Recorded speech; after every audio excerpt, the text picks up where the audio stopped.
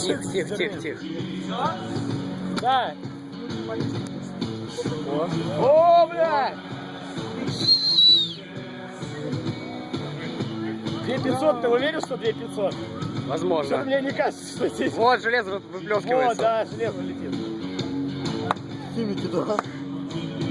О, блядь, как мы придумали, норм?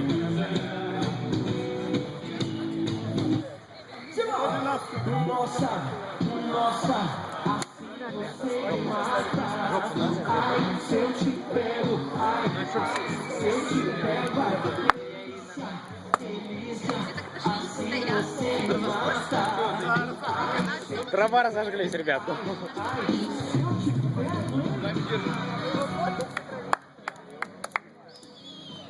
Все сделали. Да, бля, разожгли. Так, все, зажглась? Да. Вообще. Ой, хорошо. Огонь, ребят. 2500. Богдан, просто, блядь, 2500. Зачем еще? Больше не надо? Надо. А? Надо. Да ладно. Ладно, вместе. Пойдемте, там 2 человека нужно.